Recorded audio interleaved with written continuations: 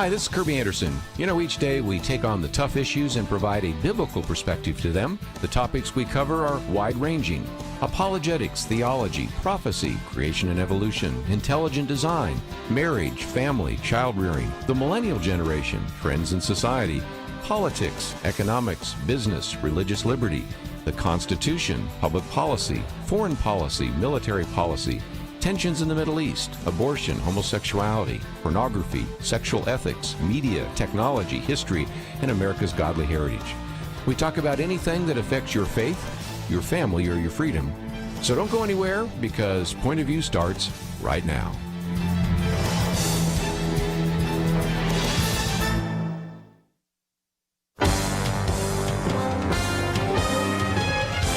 Across America, live. This is Point of View.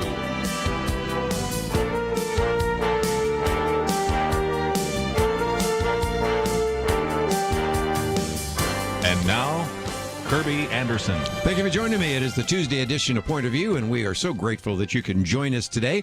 This hour, we're going to be talking about the Great Commission and also tie that into prophecy in a way that maybe will be very interesting for you. And then we'll get back into issues in the news. Of course, yesterday we talked about Major League Baseball moving the All-Star game, and we'll talk about that. Some back and forth. Matter of fact, a very interesting letter from Senator Marco Rubio, which is one of our first articles we've posted there. Also, I thought it would be time to once again look at maybe an anatomy of media bias and the 60 Minutes twisting of some of the story involving Governor Ron DeSantis will be something we'll talk about, and we'll get into a couple other issues, including an infrastructure bill that could cost you and your family quite a bit. So there are lots of things that we will be discussing next hour, but this hour, thought we would bring back to the microphone Doug Cobb. Douglas Cobb is an individual that is a managing partner with Finishing Fund. That is a group really dedicated to actually seeing every nation engaged with the gospel by the end of 2022, and certainly an individual that has been a lifelong entrepreneur, also served on the board of Finishing the Task and the Issachar Initiative, World Harvest Mission, and much, much more. Holds a bachelor's degree from Williams College and a master's degree from New York University in the Graduate School of Business Administration, and he joins us now by phone. So, Doug, welcome back to Point of View. Thank you, Kerby. Thanks for having me back. You know, last time we were with you, we talked about this idea of unreached people groups, unengaged groups, and all of the rest. But you really shared your vision and the vision of Paul Eshelman of the fact that this could actually take place. And if you tie that into some predictions made by Jesus in Matthew 24, that was one of the things that was sort of seen as a sign of his second coming. There have always been individuals been waiting for and hoping for the return of Jesus Christ. But you've kind of put that in the context of if indeed we do eventually engage every nation and every tribe in the world, doesn't mean that we evangelize everybody, but at least everyone has at least heard the gospel, then that does make us wonder if we are a lot closer then to the return of the Lord. What are your thoughts? Yeah, you know, one thing I've noticed is that so few people are aware that the global church is in a great sprint to the finish of the Great Commission. You know, whether it's engaging the unengaged or planting churches or translating the scriptures, all of the folks that are working on these things have near-term deadlines for seeing that work completed. The translation guys say that we can have the Bible in every language by 2033. The church planning folks are aiming at a church within walking distance of every person on earth, maybe as early as 2025. And as you just said, my partners in the Finishing Fund and I are trying really hard to see if we can't get every nation, every people group on earth engaged with the gospel by the end of next year, just, 18, 21 months from now. And so, whatever dimension you want to talk about in the Great Commission, we're getting very, very close to being completed. That's a message I don't think very many people sitting in the pews of our churches really have any understanding about. You know, we talk about the prophecies of Christ's first coming, and you talk about that early in your book. And for those of you watching online, I'm holding up my booklet on messianic prophecies that we put out a number of years ago and is available to you if you'd like to get a copy. You talk about some of the prophecies of the first coming, then the prophecies that Jesus gives us of his second coming, but you also help us understand that in some respects, when the disciples were asking him a question about when he would come, they were really asking two questions, which is why he answered those two questions with two different answers. Can you explain that for us? It's one of the reasons that Matthew chapter 24 is such a difficult passage of Scripture to understand. But if you go back to the beginning of the chapter, you see the disciples ask two different questions. They've just been admiring the temple. He kind of shocks them and says, you see this temple, everything here you see is going to be destroyed, every stone torn down. And they ask him, well, when will this happen? And what will be the sign of your coming in the end of the age? And they probably thought that was the same question, just asked in two different ways. But in fact, it was two quite different questions, in my opinion. Some people disagree with that. But the question, when will these things happen concerning the destruction of the temple? Well, that was answered in 70 AD, and we're still waiting for the answer to the second question, when will you be coming back? What we do in one of the chapters in the book is kind of dissect Matthew chapter 24 and its parallel passage in Luke and talk about which parts of the answer apply to which question. And you can actually sort of, dissect that, pull it apart, and figure that out. But the clearest part of the answer that he gave, kind of the unequivocally clear part, is in verse 14 of Matthew 24, where he says, this gospel of the kingdom will be preached in the whole world as a testimony to all nations, and then the end will come. So the way I read it, when his disciples ask, when are you coming back? What will be the sign of your coming? His definitive answer to that, the clearest one, was, well, after you've preached the gospel to the whole world, to every nation, then the door will be opened at my return. So again, one of the things we also say when you're looking at Matthew 24 is that Jesus made it very clear that about that day or hour no one knows. So we are not going to be date setting. But Let's come back to this, because you spend a chapter really helping us sort of think this through. What is a nation? What is God's plan for a nation? Because if we want to unpack that idea, which we see in Matthew 24, and ultimately in the Great Commission, which we see in Matthew 28, it's important to maybe get some of those definitions on the table, isn't it? Yeah, I completely agree with that. When we read the word nation, we think of the United States or Germany or China, a country. But in fact, the Greek word that's translated nation there is the word ethnos, ethnos, ethnos. And, we can guess what that means because we have a lot of words that are derived from that word. The way I think about it is it's a group of people who share a common culture, heritage, ancestry, typically language, geography. Not necessarily every one of those ingredients for every nation, but most of them would be characteristic. The really, really smart people who have given their lives to study this tell us that there are something like 12,000 of these biblical nations, these ethnos, scattered all around the world. So it's a lot more than the number of countries. And, what Jesus told us to do in Matthew 28, Matthew 24, the passage we just talked about, was to go and make disciples in every single one of those 12,000. The disciples had no clue what he was asking them to do. They didn't even know most of the world existed. Sure. But it was a God-sized challenge that he gave them, and one that the church has been working on ever since. Let's take a break, and when we come back, we'll talk about this idea of the unengaged. And one of the things so fun about this book is it not only gets into the issue of prophecy, which you might imagine, but it tells you the stories of so many of these unengaged groups, people groups, or nations, if you will, that have heard the gospel. So we'll come back and talk more about that with Doug Cobb right after this.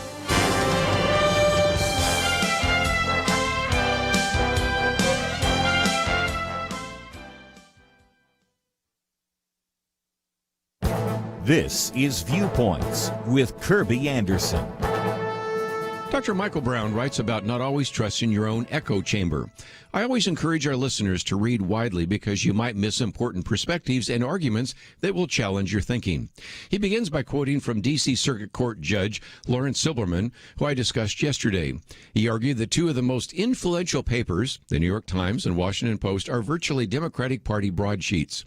He also added that nearly all television is a Democratic Party trumpet. If all you know comes from big media and big tech, you're in an echo chamber and unaware of the important contrary information. He mentioned a study I've quoted in the past that discovered that 17% of Biden voters actually say they would not have voted for him if they had known more about his record and more about the positive accomplishments of President Trump. Dr. Brown also encourages Christians not to live in an echo chamber. He gives some examples of the right-wing echo chamber that often discounts anything written in, for example, the New York Times. Don't turn a blind eye to good reporting by claiming that it's all fake news. He remembers watching an issue debated on television and thinking the conservative point was well done. Then he heard the liberal critique about what had been said. I thought of Proverbs 18:17 that says, "The first to plead his case seems right until another comes and examines him." We need to get out of our own echo chamber and test what we believe in the marketplace of ideas. What we believe seems right until we hear an objection. That should help us hone our arguments and presentations. Too many people in media and the universities want to stifle debate. We should encourage it and call for those in the liberal, secular echo chamber to defend their views. I'm Kerby Anderson, and that's my point of view.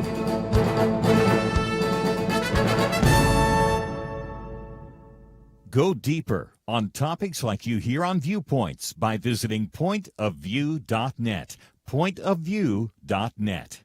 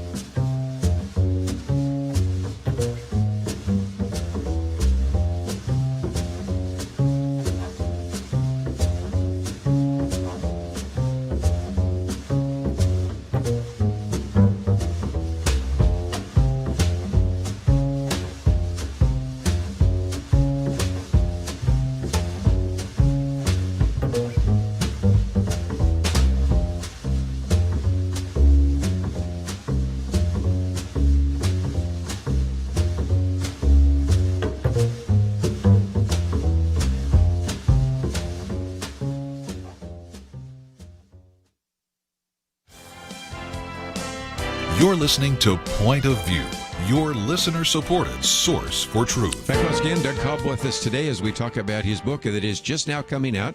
The release date is actually this Friday, April 9th, but I think if you order it online, you can probably get it right away.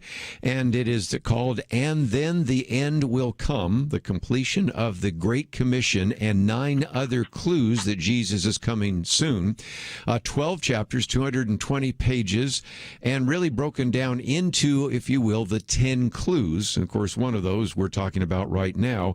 And I get the point that maybe we need to get back to is some of our listeners maybe have heard you speak before, but if they haven't, you make a distinction between, say, the unreached people groups and the unengaged. And then throughout the book, as you learn more about some of the aspects of prophecy and some of these clues, you tell us the story of some of these unengaged nations, as you call them, or people groups, whatever, that sometimes for the very first time have heard the gospel. But in some respects, that's also why you wrote this book, because it isn't just prophecy, it's how it fits very much into the work you're doing there at finishing the task and the Great Commission, isn't it?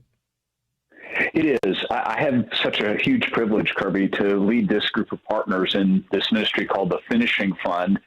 We're like a mutual fund or maybe a venture capital fund for the Great Commission. We pool our resources and then fund ministries that are willing to send missionaries for the first time to people groups that nobody has ever been to with the gospel. And then usually within a few months or a year's time, we get to hear the stories of the first people in the history of the world to become followers of Jesus in those groups. It's just astounding. I tell my wife all the time, I can't believe I get to do what I get to do. We've helped send the gospel now to well over 400 people groups over the last few years, and we've seen new believers in over 300 of those groups. So in the book, I had to change the names and the places for those stories because of security, but the stories are true, and there are many more like them of these first known believers in the history of the world.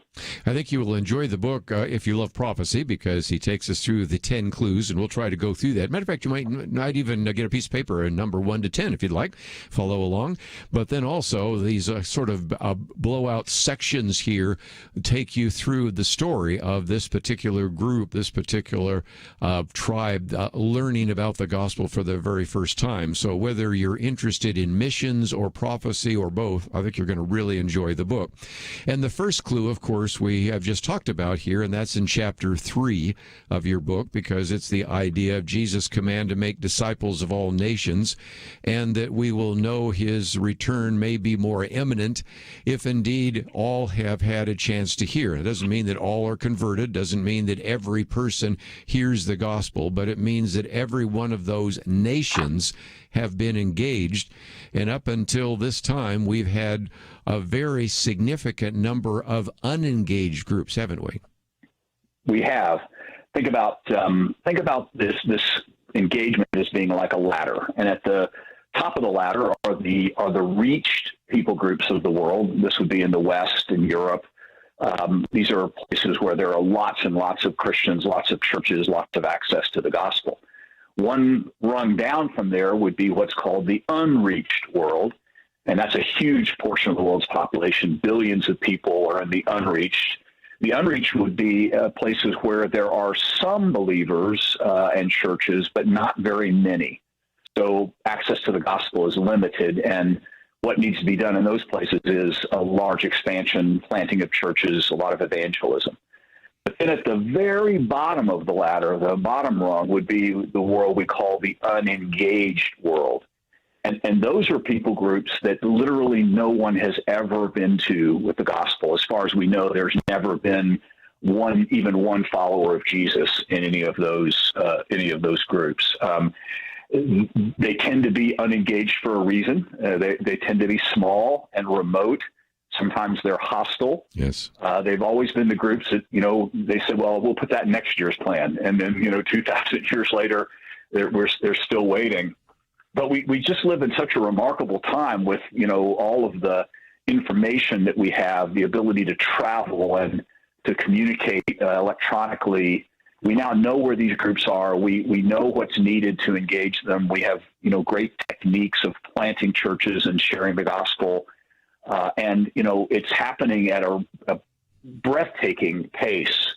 When we started, when my mentor, Paul Eshelman, started finishing the task in 2005, there were 3,500 people groups in the world with about 700 million people in them that were unengaged. So out of 12,000, roughly maybe a quarter, a little more than a quarter were still unengaged, an amazingly big number.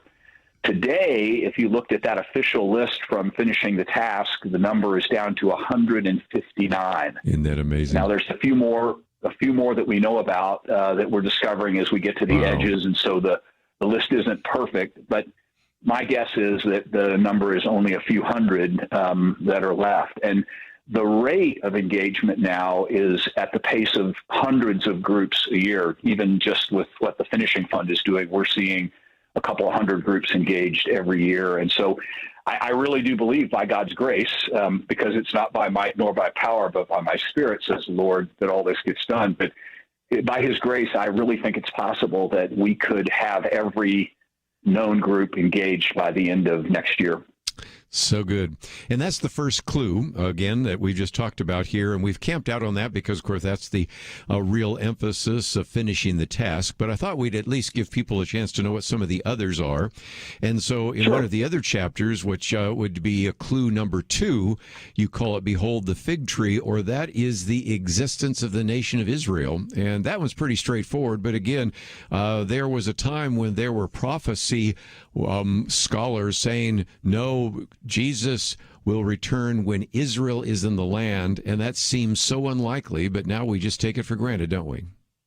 We take it for granted, and it's one of the most preposterous things that's ever happened in the history of the world. In fact, so preposterous that I think, it only really can be explained as the miraculous action of God. There's no other similar case of a people group being spread across the world, become a persecuted minority, hold together, and then amazingly, after 1,800 years or so, be regathered into their ancestral homeland. It's unprecedented. But what's really remarkable about it, all of that's astounding, but is that God predicted that this would happen.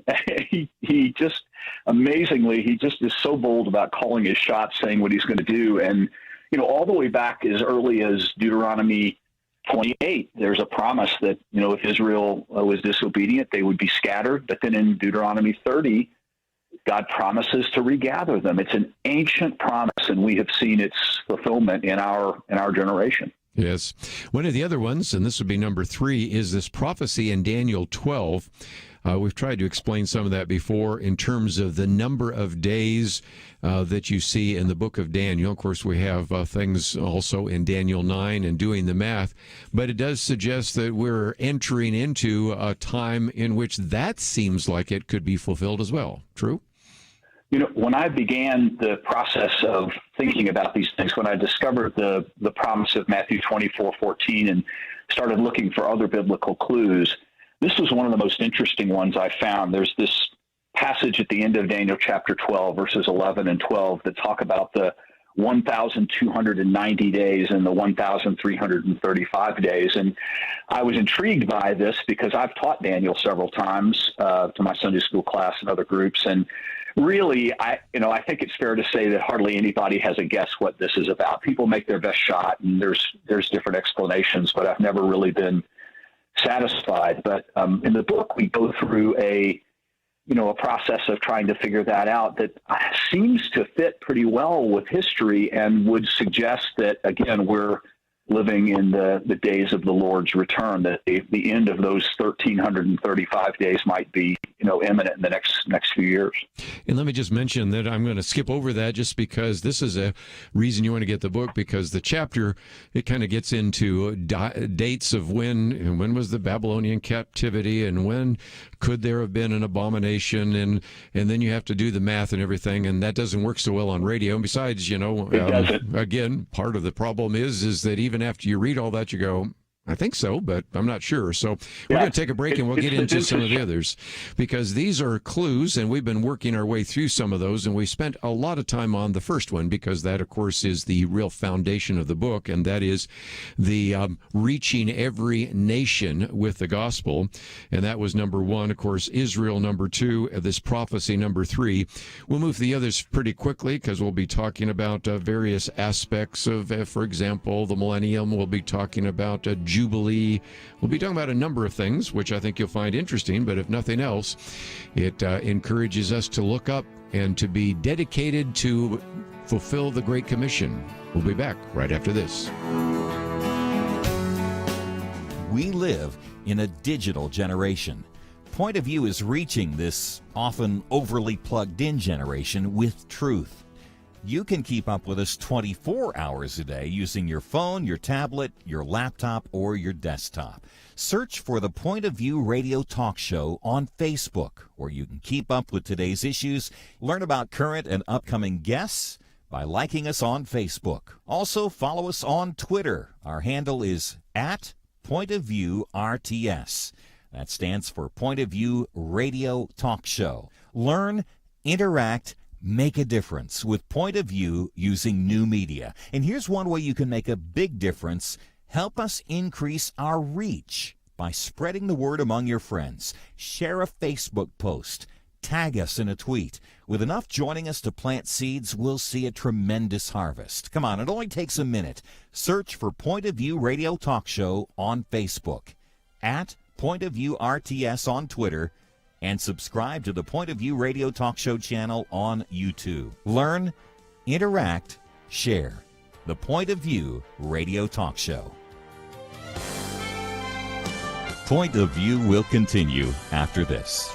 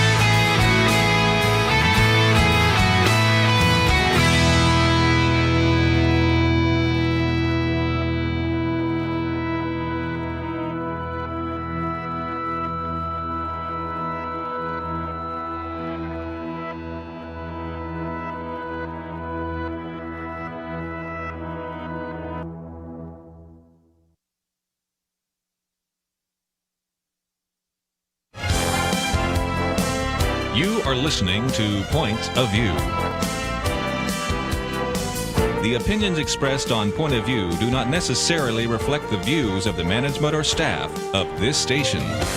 And now, here again is Kerby Anderson. Continue our conversation today with Doug Cobb. His book is entitled "And Then the End Will Come: The Completion of the Great Commission and 9 Other Clues That Jesus is Coming Soon." I think it'll be a real encouragement to you, but at the same time, it should give you a sense of urgency to share the gospel. We've been talking about unengaged groups and unengaged nations. We've talked about Bible translation. I might just, as a program note, mention tomorrow we're going to spend about a half an hour talking about what's new in the issue of Bible translations. That's only part of our program that first hour. Second hour, we have Shannon Bream with us of Fox News. So I'm really looking forward to some of the interviews tomorrow. But this one right now is talking about, of course, these 10 clues. The first one about reaching every nation. Number 2, the nation of Israel. Number 3, the prophecy of Daniel. But Doug, I thought we'd also get into a couple of others because you also talk about the millennium. Now, I recognize that there may be some that disagree, but if nothing else, there is a sense in which you find a pattern of sevens, and then this whole idea of a week of millennium, or which are, of course, weeks of years, and then we have so many other aspects of that. So, again, it's a little bit of mathematics on radio, but can you kind of sort some of that out for us? Yeah, it's not too complicated, I think. There's been a theory, an idea for a long time, going back to ancient Jewish and early Christian thinking, that the history of the world would parallel the creation week, that it would be 6 days plus a 7th Sabbath day, except the days wouldn't be days, they would be 1,000-year periods of time. What's remarkable is that we are very close to the end of 6,000 years of biblical history. Lots of folks have calculated that, tried to go back through the genealogies and the history of the Old Testament, and more or less all of them come up with a date somewhere around 4000 BC as the sort of biblical answer to the question, when was the world created? And we're living, just past 2000 AD. So, by any account, we're, right at the end of that 6,000-year period. And like you say, many people have different opinions about the millennium, whether it's a literal period of time or whether we're actually sort of already living in it with the kingdom of God having come in his people. But it's an intriguing thing to think that 7th day, that Sabbath millennium, would be a parallel for the biblical idea of a 1,000-year millennial reign of Christ. Let's, if we can, then get to Chapter 7, because Chapter 7 actually gives us a number of clues 7, 8, and 9. Might just mention that when we're talking about Chapter 6, there's both a couple of things about the millennium and also about the year of Jubilee. But the chapter that you have there, that Jesus made it very clear that the days before his return would be very much like the days of Noah. And you then talk about the fact that that's a description of our culture. Also, this emphasis upon peace and safety, maybe even, if you will, the signs of technology, because knowledge will increase. There's just a lot of aspects of those clues. Can you kind of tease those out in a little more significant way? I will. When Jesus said that the times that return be like the days of Noah, he also said like the days of Lot. One of his points was that, people would be living their lives and would be really surprised by his return. This would be the unbelieving world would be surprised. But it's not coincidental, I think, that he picked, 2 notable episodes biblically of cultures that were noted for their wickedness. The time of Noah, where, the scriptures say that every man's heart was inclined on evil all the time, and the time of Sodom and Gomorrah, we know about that, where Lot was living. And so in the book, we just explore, what's going on with our culture. This is maybe the most obvious clue in the book, because we all live this every day. We see the political, the cultural, the sexual decay taking place around us. And so we talk about that in that chapter 8, chapter 7. One thing I really like in that chapter 7 is these signs of technology. Daniel chapter 12, verse 4 predicts that in the time of the end, it says, many will rush here and there and knowledge will increase. And, I think those are just, if you were almost to pick things that would be descriptive of our era, those would be two of them. People are moving about, traveling like has never happened in the history of the world. It's a remarkable characteristic of our day, and it just doesn't go back that far. Jet airplane travel is only 50 years old or so when people have been traveling transcontinentally like they have. And then the increase in knowledge, don't even have to really speak about, with the internet bringing everything into our grasp, and just the remarkable advances of technology. Again, two very clear signs, I think, of that our day matches what the Bible predicts for the days of the time of Jesus' return. You go back to, say, the 18th century, it was possible for a person to master most of the knowledge that they had at that time. Now, as you have as one of your graphs here, the increase in knowledge, which doesn't even look like what we call an exponential decay function. It looks like a straight L backwards and then shoots straight up, because even just in the last few decades, the amount of information and data that are coming together in terabytes and things that are almost impossible to describe in terms of facts, figures, and information are off the charts, making it impossible to know much about anything other than what you may know in your particular specialty. So, as you point out, whether it is that or this idea of peace and safety, matter of fact, you even quote from this idea of safetyism and the coddling of the American mind, written by Jonathan Haidt, who's been on the program with us, and some of these others. There are some even more subtle hints of that you haven't until recently seen in some of these books dealing with prophecy, but you've been able to kind of pull those together. But I thought it would be good, before we take the next break, to mention one of the other clues. I would consider this clue number 10, and that's the condition of the church. Love grown cold. What about that? Yeah, sadly, one of the things the Bible says will be characteristic of the last days is a lot of unpleasant and unfortunate things in the church. Jesus specifically talked about this in Matthew chapter 24. He said, at that time, many will turn away from the faith and will betray and hate each other. False prophets will appear and deceive many people. And he says, because of the increase of wickedness, the love of most will grow cold. It's a very, sobering assessment of what, the Bible predicts the church will look like in the last days. In the book, we explore this. We talk about the characteristics of these false teachers. Interestingly, I think the most influential of those false teachers are not inside the church. We're not talking about the cults here or, strange doctrine, but really teachers from outside who have, brought such, critical thinking against the church, against the scriptures, against the historicity of the Bible, that many people, especially many young people, have been sadly, drawn away from the church by this teaching. So again, it's sad to see it, but it's very evident that we are living in a fulfillment of those predictions of love grown cold in the last days. Let me just mention, when we come back from the break, we're going to talk about how you can use the book. But again, we race through a few of those simply in the interest of time, because we can't cover everything. But the first clue, of course, has to do with the Great Commission. The second one has to do with Israel or the fig tree. The third is what is called the abomination, the whole issue of the sacrifice and how those dates in Daniel, 1,290 days and 1,335 days fits. Then, of course, you have the millennia of weeks from biblical creation to now. And then the ones we just mentioned, but I should get into, clue number 5 would be Hosea's 2 days. That relates to this idea of the ascension of Jesus.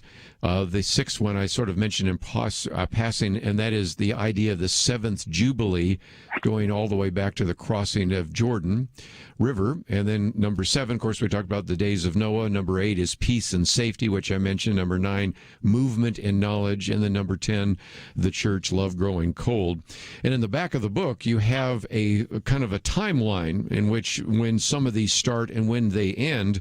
And it's remarkable how many of them show up not so distant in the future, depending on which year you're looking at, including some of the things you've talked about in terms of reaching the world by 2022, translations by 2035, and various kinds of church planting in the rest. So it's a fascinating look. When we come back, I want to talk about maybe answering, Doug, if we can, the so what question. Okay, people love to study prophecy, but it shouldn't just be to fill our heads. I think if nothing else could give us a sense of urgency and really making sure that we are laying up treasures in heaven rather than here on earth, and we recognize that there is a real sense in which we've been commanded to go out there and share the gospel with the world. How can we do that, and how can we use this book in a way to encourage others? We'll talk about that right after this.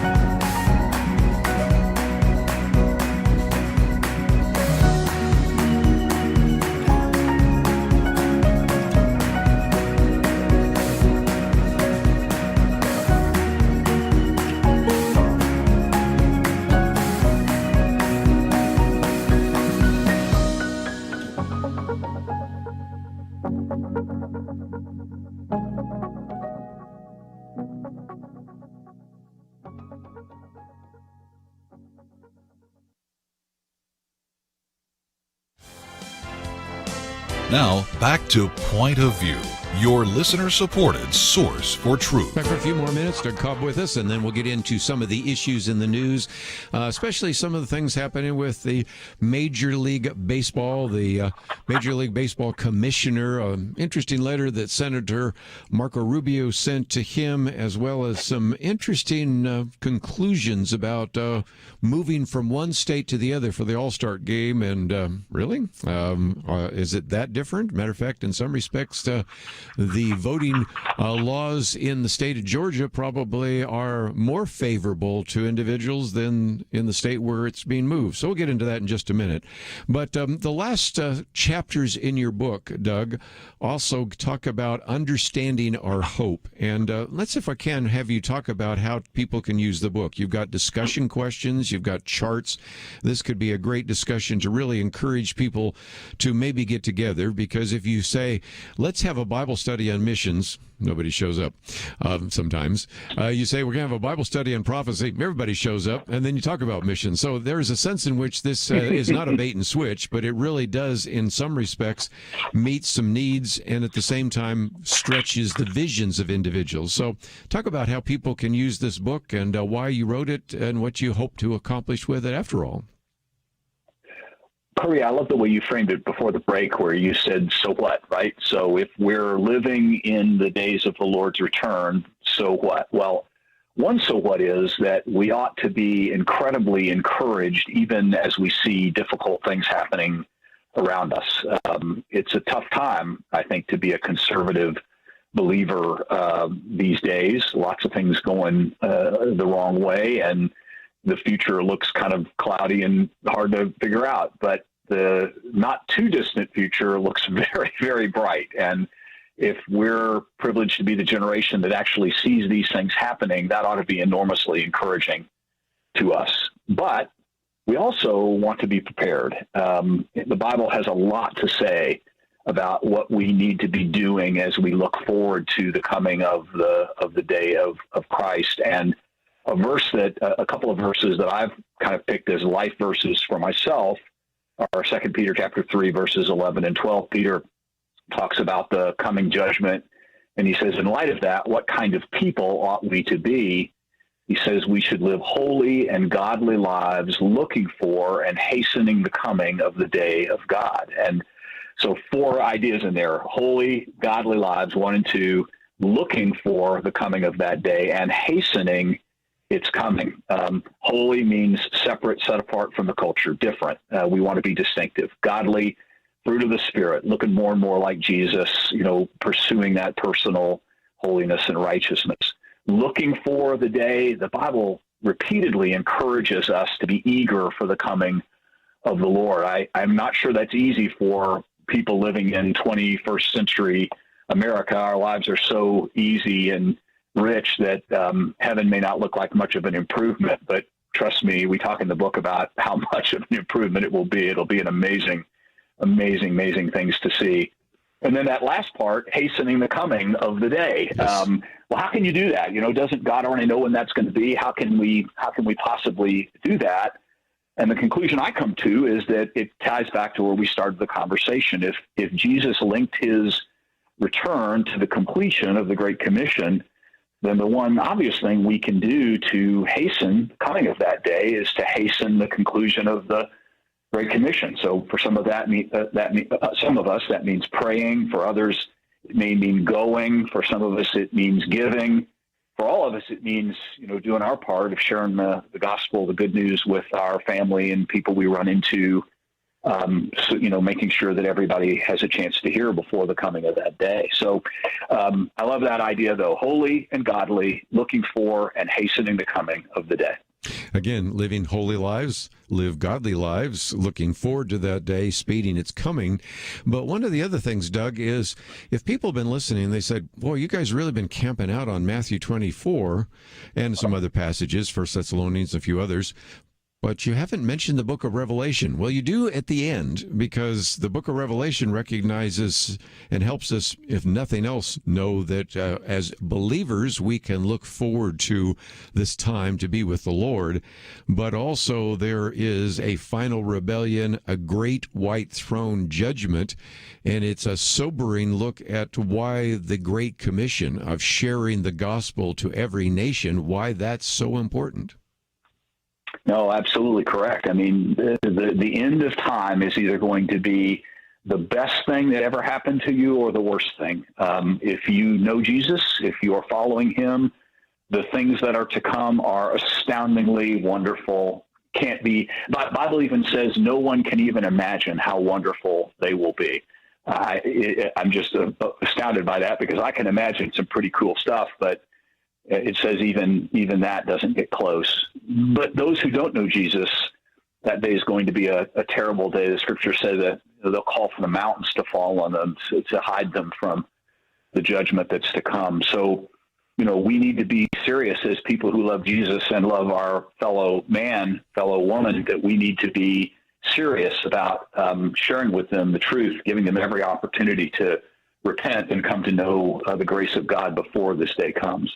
If somebody wanted to use this, because we do have individuals that are teaching Sunday school classes, have a small group, this is put in such a way that you have like a 15 discussion questions at the end. You have charts, you have footnotes, and all of the rest. So this is really made so that you could begin to challenge other individuals to really be serious about what we need to do, as you said, to hasten the return of the Lord and to be prepared for his return. So in some respects, you've written this not only for individuals to read, but for groups to actually study, haven't you? I hope people will. We're actually working on a small group study guide that I hope will be out later this year, probably in August. But even the book as it is a great start on that, and people are already using it that way. One story I heard that has been incredibly encouraging to me is a friend got 2 copies. I sent him one and he bought one. He gave one away to another friend, the person I didn't know, but a guy he described as lukewarm in his faith, stopped going to church, really had lost interest in matters of the faith. And he called me to say that this brother had called him up and said, "I'm coming to church on Sunday. This book has got me excited again about, the being a Christian, following Jesus." And, if that was the only story I've gotten out of writing this book, I would have been satisfied. That was so exciting to hear that the book had helped encourage somebody to get more serious again about his faith. Well, again, it is endorsed by all sorts of individuals. Of course, we mentioned Paul Eshelman, but Kyle Eidelman, as well as Jarrett Stevens and Paul Miller and a number of others that are endorsing the book. And it is just coming out right now. So if you find yourself saying, "I'd like to know a little bit more," you may eventually be able to find it in your local bookstore. But since it's just coming out, you're hearing about it first here on Point of View. And you can go to the website, which is pointofview.net. Scroll down to the picture of Doug Cobb, and you can click on that picture of the book, get it in Kindle or paperback. And we think that it would be something that you would want to study. It will maybe hopefully rekindle your faith, encourage you to be a more dedicated disciple of Jesus Christ. And if you're a non-believer listening right now, I encourage you to read the book, because by the end, you're going to say, "I really need to make my commitment to Jesus Christ." So if nothing else, Doug, thank you for being with us today. It's always fun to have you on the program. And as always, I look forward to the next opportunity. Kerby, it was great. Thank you so much for having me. We're going to take a break, and when we come back, we have some things to talk about. There's been a lot in the news, and thought we'd start with some encouragement, but we do have to talk about a couple of things that are transpiring in the news. How do we think about these biblically? And, of course, if you'd like to ask a question, make a comment, you are free to do so. That number is 1-800-351-1212. If you appreciate the kind of material we cover here, we do have a banner there that encourages you to join with us on the Truth Team, because after all, we need to educate other people about these issues. So you can go to the website, pointofview.net. We'll be back right after this. Having civil conversations about important issues seems to be harder and harder. Various media outlets tell people what they should believe, why they should be outraged, and getting people to actually think, well, it can be difficult. Whether it's the gospel, tax issues, social policy, or just about anything else, you need to have solid information and clear thinking to address the hard issues. You need God's truth applied. And that's what you get in less than 2 minutes with Point of View's Viewpoints Commentary, a daily resource to help you be informed and think through the things we need to be talking about. It is free and will arrive in your inbox each day when you visit pointofview.net/sign-up. Sometimes we know we should say something, but we're silent because we're not quite sure what to say. Viewpoints Commentary can help you break the silence and change the narrative. It can make you a more equipped agent for truth. Get your free subscription to the Viewpoints Commentary at pointofview.net/sign-up. pointofview.net/signup. Point of View will continue after this.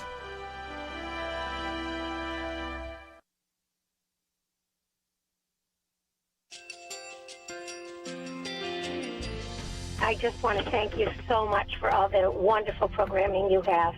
You're just absolutely fantastic. I recently started listening to Point of View, and I really found it interesting because of the different subjects you cover. Thank you for that. I really appreciate everything that you do in keeping us informed. Thank you, Kerby, for everything that you have been doing.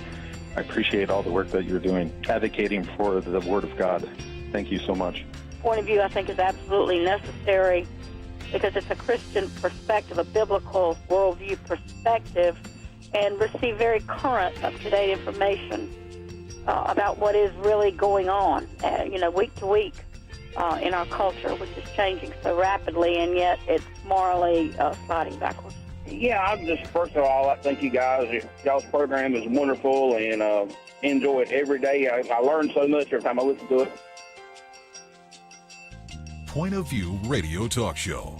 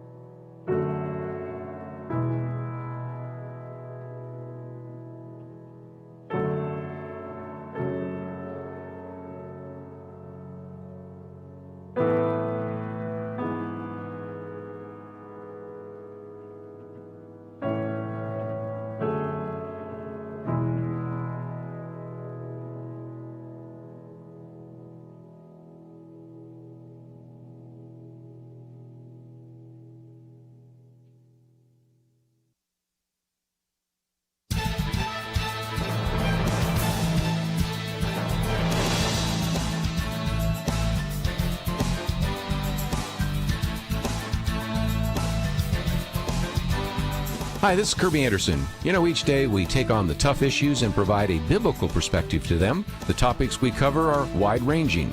Apologetics, theology, prophecy, creation and evolution, intelligent design, marriage, family, child-rearing, the millennial generation, friends and society, politics, economics, business, religious liberty, the Constitution, public policy, foreign policy, military policy, tensions in the Middle East, abortion, homosexuality, pornography, sexual ethics, media, technology, history, and America's godly heritage. We talk about anything that affects your faith, your family, or your freedom. So don't go anywhere, because Point of View continues right now.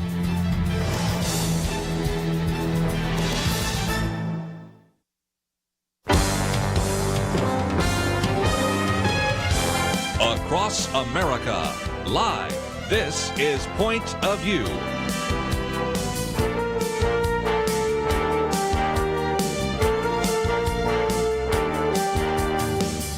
And now, Kerby Anderson. This hour, I want to encourage you, if you'd like to join in on the conversation, to give us a call, 1-800-351-1212. As you may know, the commissioner of Major League Baseball, and I might as well say his name because it's going to come up a few times, Robert Manfred, has said that they are going to move and already have, I'll get into the specifics of that in just a minute, the All-Star Game out of Georgia. Going to move it to Colorado, but I'll talk more about that in just a minute. And the reason for that, which was stated, is because the actions in Atlanta, and in particular the actions of the legislature, are not within our values. Now, I've tried over the last couple of days, both yesterday and last week, to explain that anybody paying attention to the law would actually recognize that in many cases it is expanding access for individuals rather than constraining it. But it's possible that some people might say by requiring a voter ID rather than a signature, maybe that disenfranchises some individuals. So I listen to those arguments and recognize that one of the things that they've always wanted to provide was an ID that you can have if you don't drive a car. We understand that. And if nothing else, people that really support this idea of voter integrity maybe need to develop a campaign to make sure that every person, for example, in the state of Georgia, has some kind of ID. It's provided free of charge, but maybe they don't know how to get it, and we should provide them with that. And again, the argument that is being made right now by Major League Baseball is that this is, of course, we've heard it so many times before, Jim Crow 2, and it's going back to the time of segregation and all the rest, and it obviously is not. But nevertheless, again, Major League Baseball has the freedom to decide whether or not they want to play the game in Atlanta or Denver, or not play it at all, or play it in another country. That's their decision. And, they are free to make that decision. And members of Congress right now, including a couple of very prominent U.S. senators, are saying, you are free to make that decision, and we are also free to remove the antitrust exemption that Major League Baseball has. Okay. That doesn't affect a lot of us, except it's just a policy issue, but it gets into something I might talk about in just a minute. Are you thinking that you will or will not watch baseball? And are you going to boycott that? And is that part of the cancel culture? I'll get to that in just a minute. But I thought it was interesting that, and I posted this as our very first article so you can read it in its entirety, a letter that came from Senator Marco Rubio to the Major League Baseball Commissioner, Robert Manfred. And he said, "Dear Commissioner Manfred, I write to ask you whether you intend to maintain your membership at Augusta National Golf Club. As you are well aware, the exclusive members-only club is located in the state of Georgia." Of course, we know he won't, but nevertheless the case. A little bit later, he asked in the letter, will Major League Baseball now end its engagement with nations that do not hold elections at, like China and Cuba? Because some of these games, as you know, have been played in Cuba, where if you think about restrictive elections, Cuba is further down the road than anything you could possibly attribute to the state of Georgia. A little bit later, Will you end your lucrative financial relationship with Tencent, which is a company with deep ties to the Communist Party and actively helps the Chinese government hunt down and silence political dissidents? And then finally, will you cease your relationship with the Chinese government, which at this very moment is committing genocide against the Uyghur Muslims in one of the regions of China? The person that put this together, and I posted it, is by Brad Slager. He says, okay, this is starting to feel unfair, recognizing some of the lines by Senator Rubio might have gone a little too far. But he says, let's face it, Commissioner Manfred is coming off looking deeply ignorant on such matters. And if nothing else, it illustrates the fact that once you call the comments about what was happening at the legislature as something that really violate our values, and the best way to demonstrate our values as a sport is to pull the All-Star game, well, in some respects, you asked for it. Some people that have been looking at this said, okay, they've moved the All-Star game from Georgia to Colorado. Let's do a comparison. And again, this comes from Joseph Morris, and he's looked up the numbers, so as far as I can tell, these are accurate. In Georgia, it requires voters to have photo IDs. In Colorado, Section 12204F5 requires voters to have photo IDs. Remember, that one was supposed to be really controversial. Here's another one. Georgia provides only 17 days, including 2 Sundays, of in-person early voting. Colorado, by contrast, provides only 15 days of in-person voting. In other words, the point he's making is you're jumping from one state, which actually in some respects has more liberal voting laws and are going to do more to encourage people to vote than the state you just jumped to, which is the state of Colorado. I've done some comparisons as well in terms of Colorado or Georgia, probably the better ones between Georgia and Delaware, Connecticut, New York. I've looked at some of those and recognized that, if anything, Georgia actually has provided more days for people to vote, including no excuse absentee voting, where you have to have an excuse when you go to, for example, the state of New York.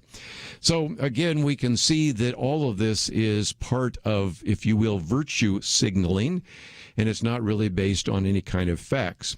But what about this idea? Some people saying, well, if I'm not going to watch baseball, is that the cancel culture? You know, this is a question people have been asking. Or I decide I'm not going to carry Netflix. Is that cancel culture? And I'm going to do a session on this in the future, but just given the fact I only have about a minute, there have been some people that are saying, well, right now, when there are people saying, I'm not sure I want to vote for the South Dakota Governor, Kristi Noem, because she decided to veto a bill which would have protected women from men participating in sports, and she called that the conservative cancel culture. Now, some people said that when there were a number of Republicans that were kind of going against Liz Cheney because she decided to vote for impeachment of Donald Trump, that's cancel culture.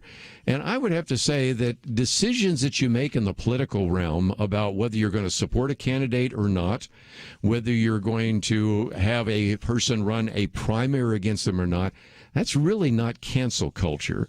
And your decision as to whether or not you're going to watch baseball is based on all sorts of things, whether you agree with the decision of the commissioner, whether you like the way baseball's played these days, whether you've got better things to do.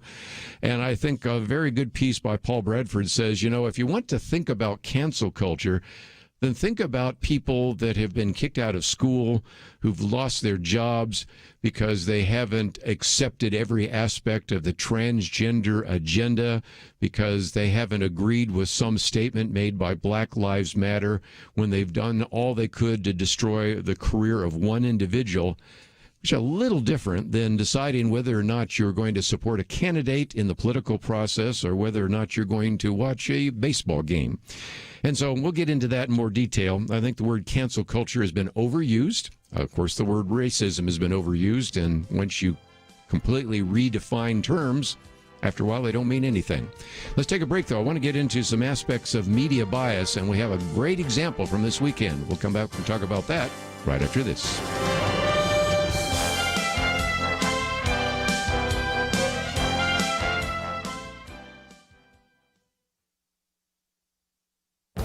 This is Viewpoints with Kerby Anderson. Dr. Michael Brown writes about not always trusting your own echo chamber. I always encourage our listeners to read widely because you might miss important perspectives and arguments that will challenge your thinking. He begins by quoting from D.C. Circuit Court Judge Lawrence Silberman, who I discussed yesterday. He argued that two of the most influential papers, the New York Times and Washington Post, are virtually Democratic Party broadsheets. He also added that nearly all television is a Democratic Party trumpet. If all you know comes from big media and big tech, you're in an echo chamber and unaware of the important contrary information. He mentioned a study I've quoted in the past that discovered that 17% of Biden voters actually say they would not have voted for him if they had known more about his record and more about the positive accomplishments of President Trump. Dr. Brown also encourages Christians not to live in an echo chamber. He gives some examples of the right-wing echo chamber that often discounts anything written in, for example, the New York Times. Don't turn a blind eye to good reporting by claiming that it's all fake news. He remembers watching an issue debated on television and thinking the conservative point was well done. Then he heard the liberal critique about what had been said. I thought of Proverbs 18:17 that says, "The first to plead his case seems right until another comes and examines him." We need to get out of our own echo chamber and test what we believe in the marketplace of ideas. What we believe seems right until we hear an objection. That should help us hone our arguments and presentations. Too many people in media and the universities want to stifle debate. We should encourage it and call for those in the liberal, secular echo chamber to defend their views. I'm Kerby Anderson, and that's my point of view.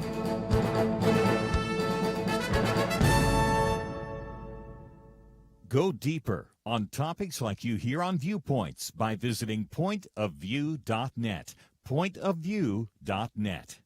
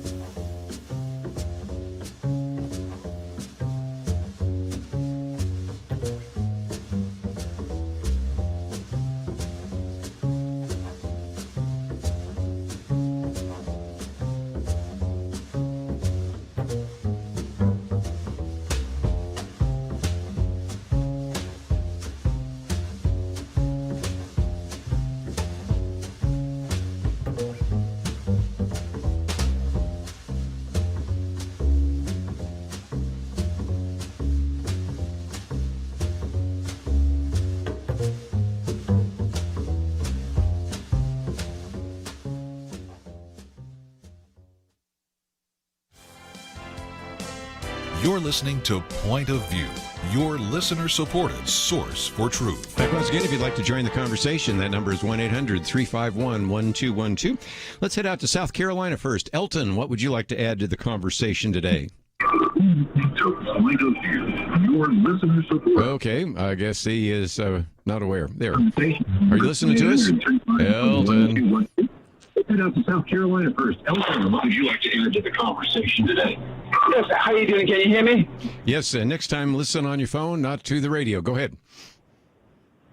Okay, my name is Pastor Elton Morgan. I'm a pastor. I didn't tell the guy that I spoke with earlier, but I am an ordained pastor.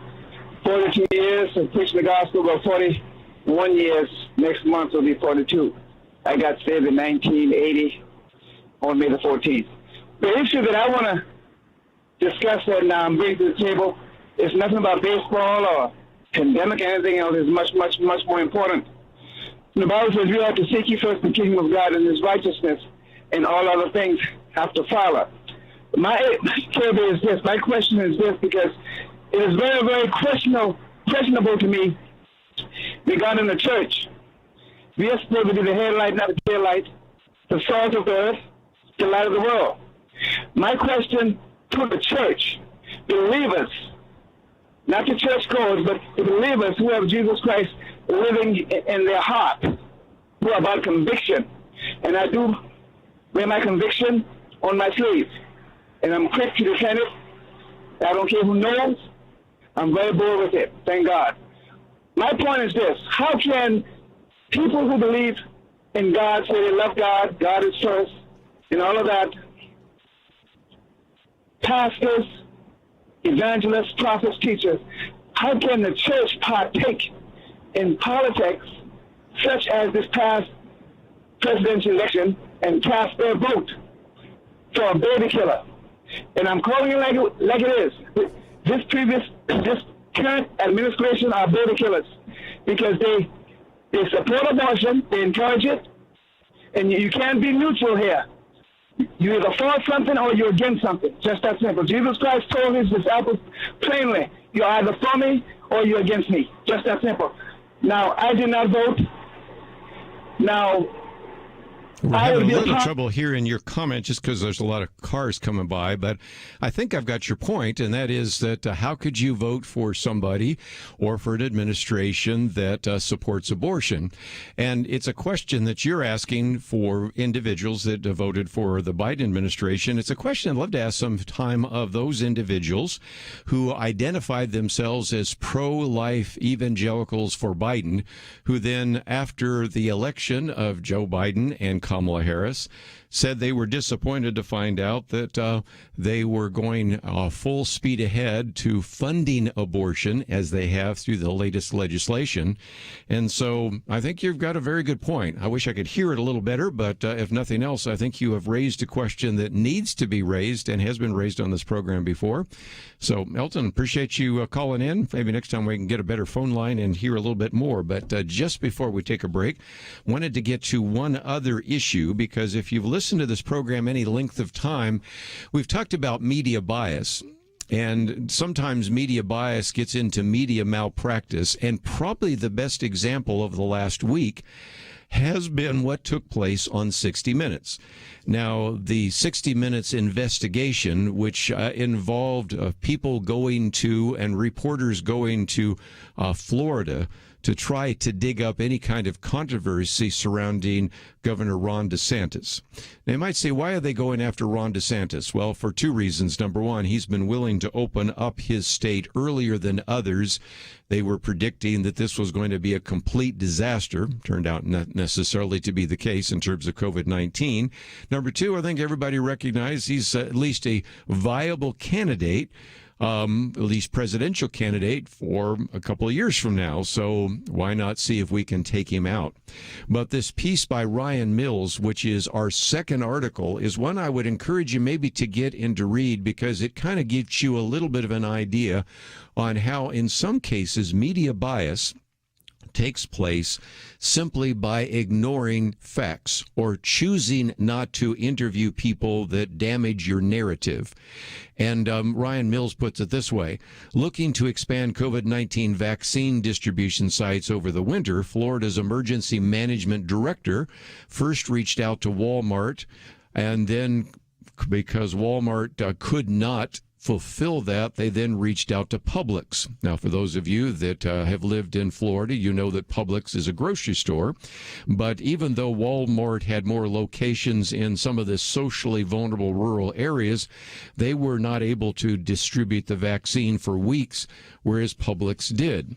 Well, then that led very quickly to the argument that was made this Sunday on 60 Minutes that since the governor of Florida, Ron DeSantis, has received funding from some of the people at Publix, that this amounted to a pay-to-play kind of situation. And what is so interesting is that there were people that were very much disagreeing with that, who aren't even in the party of Ron DeSantis. Ron DeSantis is a Republican, but one of the people that spoke out is Jared Moskowitz, who's the state emergency management director, who, interestingly enough, was very frustrated about how this was presented at 60 Minutes. You can go to his Twitter post in which he said the idea that this was a pay-to-play, he says, is utter nonsense. We picked Publix because as we reached out to all the pharmacies, they were the only one who at the time could execute on the mission.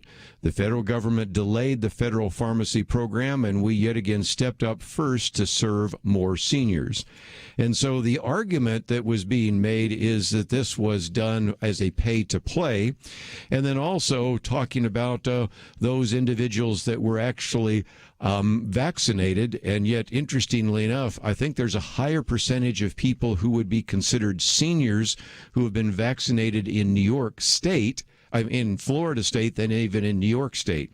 Interestingly enough, this not only led to a response from, some of the Democrats in Florida, including, of course, the head of the state's emergency management, but also led to a comment from Publix itself. Spokeswoman Maria Brous, I think is how you pronounce her name.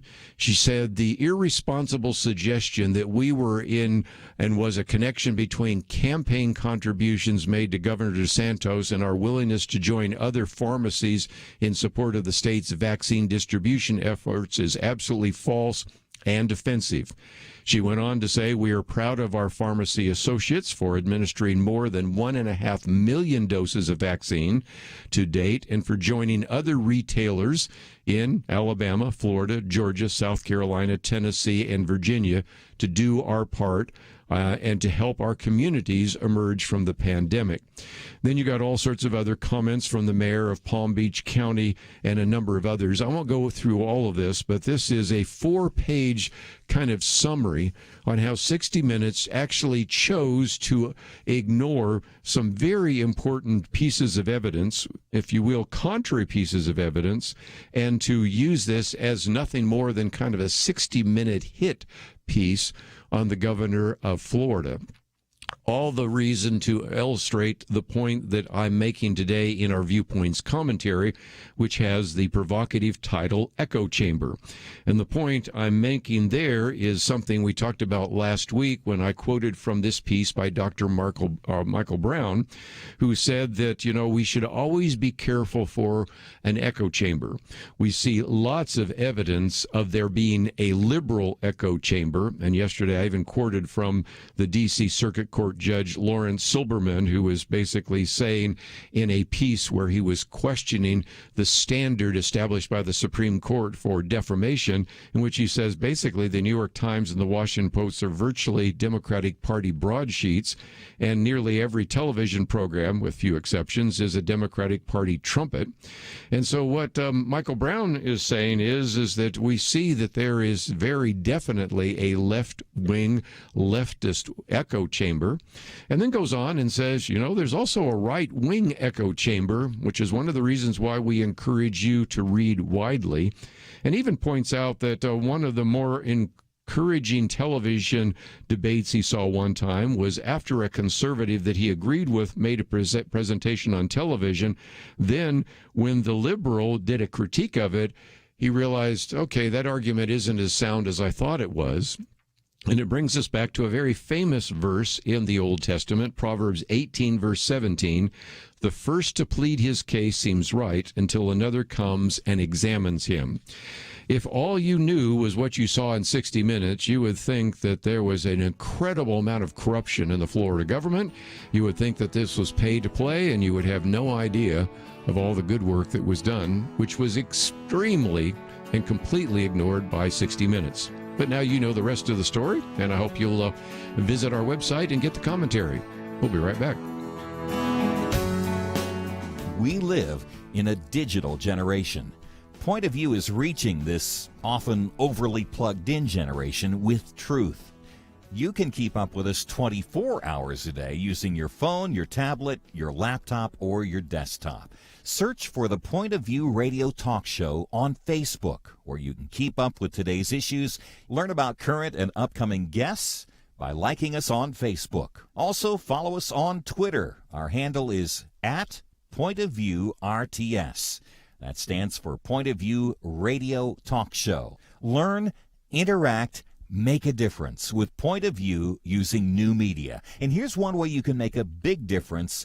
Help us increase our reach by spreading the word among your friends. Share a Facebook post. Tag us in a tweet. With enough joining us to plant seeds, we'll see a tremendous harvest. Come on, it only takes a minute. Search for Point of View Radio Talk Show on Facebook, @PointOfViewRTS on Twitter, and subscribe to the Point of View Radio Talk Show channel on YouTube. Learn, interact, share. The Point of View Radio Talk Show. Point of View will continue after this.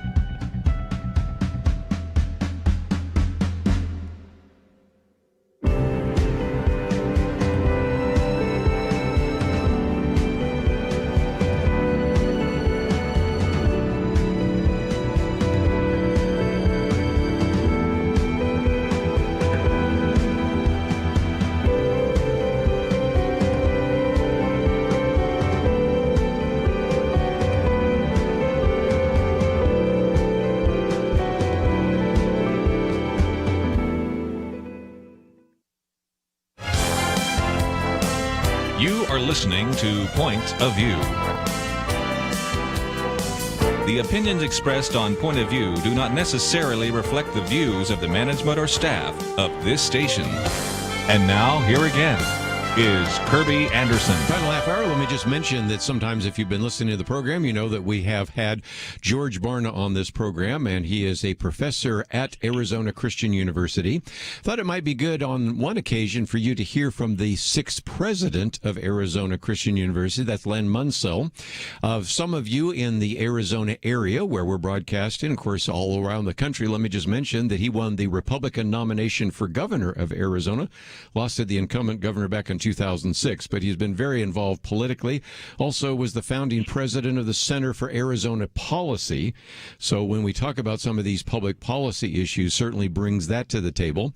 Individual that has a bachelor's degree from the ASU Walter Cronkite School of Journalism and Telecommunication, has his law degree from Arizona State University Sandra Day O'Connor College of Law, and he joins us now by phone. So, Len, thank you for joining us today here on Point of View. Well, Kerby, it's an honor to be on with you. I appreciate it. You know, talking about the need for Christian education, this last hour we spent some time talking about such issues as unengaged people and the Great Commission. But if you are familiar with some of the work of George Barna, he discovered, and so not only George Barna when he's been at the Arizona Christian University, but also our friends at an institution he's founded before, Barna Research, have concluded that a very significant percentage of Christians, when asked, what is the Great Commission, just pause and then look at their shoes. So in some respects, we need to do a much better job of Christian education, don't we? Well, we really do. And, that's one of the things that we've prioritized. And it's interesting with what's happening in the culture today. And as you know, from my background, I feel like I kind of went from the front lines of what's happening in our culture to the supply lines. There's a need for Christians to be engaged. And, that's kind of what we've prioritized at ACU, is trying to prepare leaders to go out into the mountains of influence in our culture, including media, including government, education, business. We've got to have Christians that are engaging at a time right now when Christian principles that are at the core of our nation, at the core of Western civilization, are really under assault. And we've got to be well prepared. We've got to understand, we've got to know Scripture. We've got to understand what we believe, why we believe it, and be able to articulate it in a way that is persuasive and that demonstrates love for our fellow man. And so that's what we're trying to do, and the way that we're trying to prepare students at ACU. And again, let's see if we can talk about that, because sadly, and I'm not going to criticize any one institution, but I do know and have spoken at some Christian universities or Christian colleges that have the name Christian in them, but aren't all that Christian. Maybe they have a few rules, regulations, maybe they have a chapel, but when you talk about the things that are taught in the classroom, it doesn't look any different than the kind of education that you and I got in the so-called secular universities. Is that fair? Well, that is exactly right. And it's unfortunate. It's a drifting. Well, the history of American higher education. You start with Harvard and Yale. They were designed to prepare Christians to go into the world with biblical principles and make a difference. And if you look at where they are today, they're largely, and I know you have a degree from Yale, but they're largely playing for the other side on those big issues. There's a natural thing that tends to happen in higher education, in particular, to institutions that begin with a very strong mission for the Lord, and it has to do with kind of the respectability that comes with seeking the respect and the admiration of the world, which unfortunately causes many institutions to lose their way and to drift from the truths of Scripture. So at ACU, we've got core commitments that are really designed to anchor us in the truth of the Word of God. And not allow us to drift. Got in front of me here those core commitments, and they're impressive. To teach students to read, understand, and trust the Bible, grounding them firmly in truth through biblical worldview. And that brings me to something else. Of course, then you go through, one of our callers just a while back was talking about abortion. You have issues like sanctity of human life and the centrality of Scriptures, and even the idea of free markets, capitalism, and private rights. Because even some of the, if you will, Christian colleges and even some of the various churches don't really make the connection between how the particular biblical passage fits to the day-to-day world. And it does seem to me that at ACU, that's exactly what you're trying to do. That's the purpose here, and again, it comes with a biblical worldview isn't just what you think; it's how you live. It's what you believe. I don't know if you remember James Burnham, the author and political theorist, who said that who says A must say B, and if you say Jesus and if you say the Bible, it leads you to certain beliefs about the sanctity of human life. It leads you to beliefs as it relates to the role of government, economics. The Bible has something to say about all of that. And I think what's happened is there's sort of a fearfulness of many Christian institutions and leaders to speak out in areas that are deemed political. Mm-hmm. And what we try to do at ACU is to connect these. It's not political. These are biblical principles that have application to the world around us. And we try to make that connection and help make it for our students. Let's pick out another one of your commitments: to teach students to think critically, speak and write clearly and effectively, use technology effectively, develop interpersonal skills, and pursue personal and professional ethics through biblical literacy and integration. We have, Len, been so concerned about this that last week we did an hour on critical thinking from an author of this book, and then actually done a half an hour before that. So actually that was more than an hour, but we focused an entire hour just on critical thinking, and then we followed up with an entire hour on discernment, biblical discernment, because it is a sad commentary, and you know this as an educator as well as I do, and maybe even know that as an individual that has looked around and even when you were in law school said some of these people don't know how to think critically at all, and this is a real crucial need for this younger generation, isn't it? It really is, and so many of the things that they believe contradict each other, and so there isn't the ability to think critically and to be, coherent in your thinking and in your view of the world. I was thinking back to law school at ASU School of Law many years ago, and was in a class where I had a classmate declare, as if everybody knows this. He basically said, "Well, we all know there's no absolute truth." And thankfully, we had a professor that said, "Are you absolutely sure?" Without missing a beat. And yes. But the ability of young people today to hold beliefs that are in opposition to each other without really evaluating and being able to think critically about it is somewhat frightening. And so we definitely emphasize critical thinking skills and also thinking biblically. And you mentioned our friend George Barna, who we're thrilled. I've known George for 20 years, thrilled to have him here at ACU as the Director of Research at the Cultural Research Center. And one of the things George is doing, in addition to the American Worldview Inventory and the things that give us such great national data, is that he's actually evaluating our students. What is their worldview when they come to ACU, and what is it at the end of every year, and what is it when they graduate? Because we want to be able to demonstrate to the world, and especially to Christian parents and students, that unlike many institutions of higher learning in our country, where a biblical worldview will be attacked, mocked, ridiculed, and students will often come in with a biblical worldview and leave without one. We want to build biblical worldview in our students, because ultimately that's what's true, and that's what's going to enable them. That's what will enable them to flourish in their lives.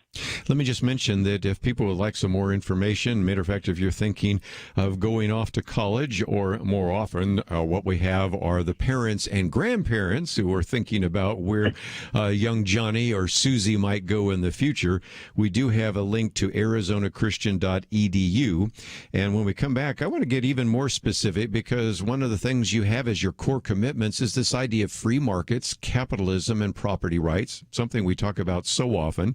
The younger you are, the more likely you are to believe that socialism is preferable to capitalism.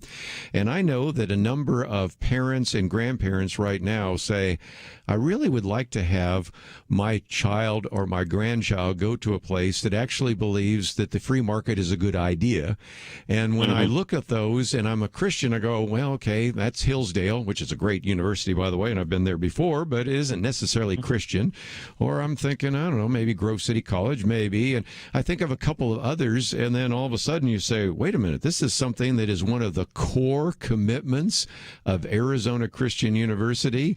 I'd like to know a little bit more. So when we come back, I want to pick out some of these issues that you feel are core commitments at ACU. So we'll take a break and continue our conversation with Len Munsil right after this.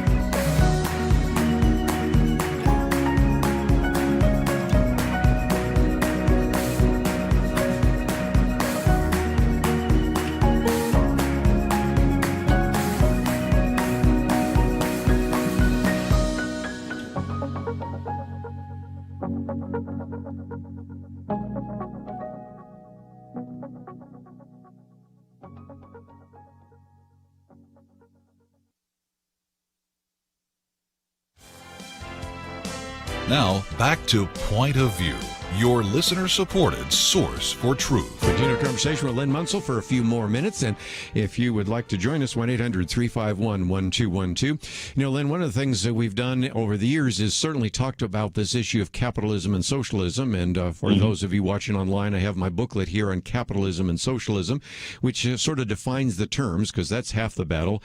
And then in this particular booklet, I deal with some of these challenges, some of the criticism of capitalism. Some of those I heard back 40 years ago when I was at Georgetown in graduate school.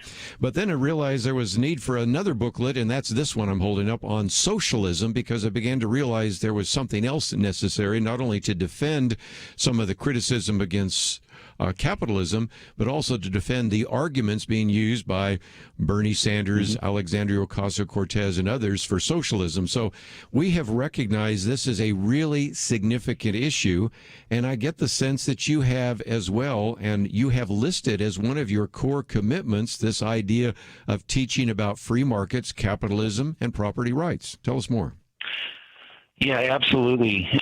Absolutely, we have. And, you know, my wife, Dr. Tracy Munsil, is the executive director of the Cultural Research Center and spent 9 years here on faculty in political science, building our political science program. And we've often sort of, laughed about this or just been shocked that it feels like we have to defeat socialism in every generation. You like me, we lived through the Cold War. We lived through the 60s, the 70s, the 80s, the national debates that occurred, and internationally, to get us to a point of understanding, that people flourish under freedom. And so it is a core commitment at Arizona Christian University. And you're absolutely right. Often, even Christian students come today with sympathy for socialism, either a misunderstanding of the early disciples, sharing things in common, voluntarily, not being mandated by the state in the early days of the church, or just it sounds kinder without really understanding the biblical principles at work. And I love to remind people that we have private property as one of the core commitments. Well, how is that a biblical core commitment?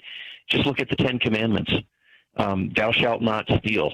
Yes. Thou shalt not covet. I mean, none of that even makes sense if you don't have an understanding that there are property rights and that there's nothing wrong with that. In fact, that's the norm in a culture.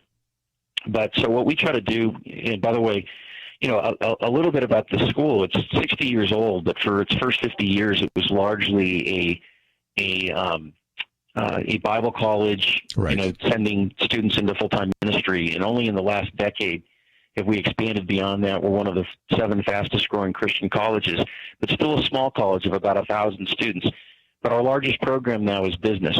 Yes. And we want our students to be entrepreneurial. We want them to think about the creativity of the human spirit being unleashed, and then also with that, generosity. As you well know, for any of us that have been involved in nonprofit ministry work, it's the generosity of the people of God that enable so many charitable things to happen. And so it's not capitalism with the sense of creating wealth for us to use for ourselves. It's bringing everything in subjection to Christ, including resources. But capitalism, as we know, produces opportunities. It produces resources. It allows people the freedom to show the creative skill that they have in creating businesses, using their talents. I think Jesus actually told a parable about having talent and what to do with it. That's right. And so, but all of that ultimately brought to God and put under His authority. So that is what we teach here in our business program. In the last few years, we've been ranked as a best college by U.S. News and World Report, and this last year we tied with Oral Roberts University as the #1 best undergraduate teaching institution by U.S. News and World Report in the West region. So we're getting recognized, even though we have a very conservative biblical core mission as an emerging Christian university that is creating graduates of influence. We have a student at Harvard Law right now, probably the smallest and most conservative undergraduate school to have a student at Harvard. So we're excited about what God is doing here, and we're definitely going to continue debunking socialism in the classroom at ACU. Let me just mention, too, we won't have time to get into it, but you also have a whole section on natural law, the original meaning of the Constitution, judicial restraint. Of course, our booklet, which we have on constitutional interpretation. Of course, we have Kelly Shackelford on with us so often, and people from First Liberty and a variety of others. Yes. But let me just, since you did talk about the university, let's get into it in a little more detail. It's in Glendale, Arizona.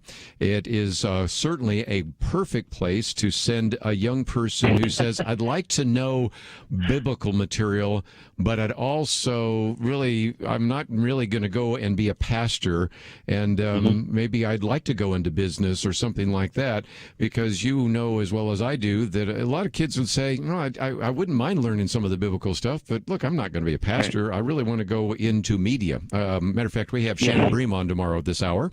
Shannon Bream, Yeah. you know who she is, Fox News. I do. And individuals that maybe want to go into journalism and study from you, Mm-hmm. or law and study from you, or they want to go into business, or maybe they want to be the next George Barna, they can actually go, and you have a virtual tour that people can participate in. Can you talk about that? Yeah, absolutely. ArizonaChristian.edu. You can go on the website, and there's a virtual tour of campus. I like to remind people I'm a native Arizonan, but Arizona is a great place to be between September and May. So which you know, in terms of, it's a great place to go visit your son or daughter in college. It's pretty nice here. And then summertime, you don't have to be here if you don't want to be. But yeah, we're excited about what God's doing. And by the way, I should mention, we just, in a total miracle of God, we traded a tiny 20-acre campus that we were on for our first 57 years with Arizona State University. And you talk about a miracle. A small conservative Christian college trading campuses with a campus that Arizona State University was no longer going to use, that used to be the home of the Thunderbird School of Global Management, an original World War II air base. So we have a great heritage on our campus, but we went from 20 to 68 acres, incredible 500,000 square feet of academic buildings.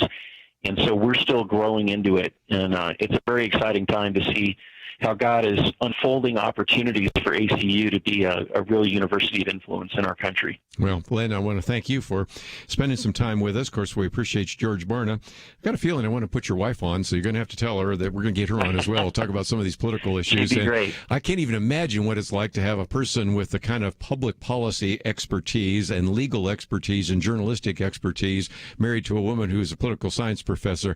I can imagine what the dinner table conversations must be like. So if nothing else, we appreciate you and thank you. When I ran for office, we decided she was theory and I was practice, but her theory was better than my practice, but it was a great experience. Well, we wish you well out there. We do know individuals that were presidents of colleges that went on to Senate. That'd be like Ben Sass. You went from policy to president, and I want people to check that out. We do have a link to ArizonaChristian.edu, and you can actually have a virtual tour customized just for you. And if you are heading off to college, or you know someone that is, you might tell them about that. So, Len, thank you for joining us today here on Point of View. Thank you, Kerby.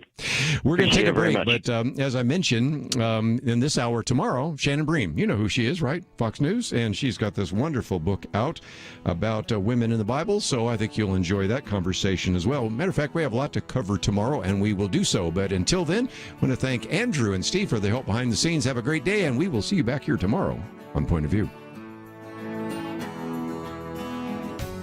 Sometimes I think about seeds. You ever stop to consider that some seeds become entire trees and some trees grow up and produce fruit? Other seeds become flowers or vines that bring us vegetables or berries. And some trees don't have fruit, but they're just pretty, especially in some parts of the country when it comes to the fall colors. Yes, sometimes my mind goes off like that. And I also think about such things when it comes to the seeds that so many have planted in the quest to impact our nation through Point of View Radio. You may think that your gift is a small thing, but like a seed, it can grow to have an impact beyond your imagination. If you want to see beauty again in America, consider planting a seed today and making a difference by joining the Point of View Truth Team. Get the details today, right now, by visiting pointofview.net/team or call us at 1-800-347-5151. Plant a seed for a great future. Cultivate truth. Pointofview.net/team and 800-347-5151.